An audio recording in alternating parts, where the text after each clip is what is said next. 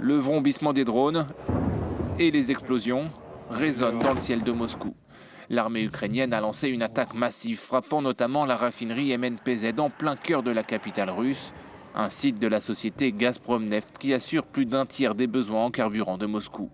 L'aéroport de Sheremetyevo a un temps restreint ses vols avant de reprendre une activité normale. Il s'agit d'une riposte pleinement justifiée aux attaques russes contre nos villes et nos communautés et d'un autre résultat important du travail de nos soldats contre les installations qui alimentent la machine de guerre russe. Il s'agit de la plus importante attaque contre Moscou depuis au moins 2 ans, signe que Kiev commence à reprendre le dessus. Ces derniers mois, l'Ukraine a intensifié ses frappes contre la Russie et reprend du terrain sur son sol. En réponse, la Russie continue de frapper quotidiennement l'Ukraine. Kiev sera aussi renforcé par le soutien réaffirmé des membres du G7 et de l'OTAN.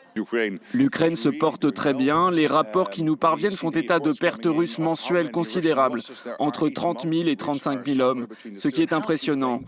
Nous avons également discuté de la manière d'aider l'Ukraine à se doter des systèmes d'armement et de défense aérienne nécessaires pour poursuivre le combat, mais aussi pour protéger ses villes et ses infrastructures essentielles.